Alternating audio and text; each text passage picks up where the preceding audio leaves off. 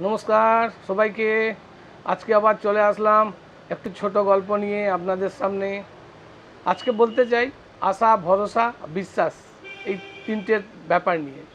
আচ্ছা, বিশ্বাস কি একটা উদাহরণ দিলেই বুঝতে পারবেন। কিছু গ্রামের লোক চিন্তা ভাবনা করলো যে বৃষ্টি হচ্ছে না, তো প্রার্থনা করা যাক। তো সেই কথা মতো সবাই হাজির হলো, একত্রিত হলো একটি জায়গায়। দেখলো সবাই এসেছে, এক ভদ্রলোক ছাতা নিয়ে এসেছে।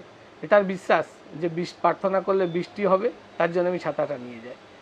এরপরে দ্বিতীয় উদাহরণ দিই, ভরসা। ভরসা বলতে বোঝায়, ধরুন একটা বাচ্চা ছেলে তার বাবার কোলে আছে, বাবা দেখবেন বাচ্চাদেরকে খেলায় উপর দিকে ছুড়ে দেয়, বাচ্চাটা কিন্তু খিলখিল করে হাসতে থাকে, সে জানে আমার বাবা আমাকে ধরবেই, এটাকে বলে ভরসা।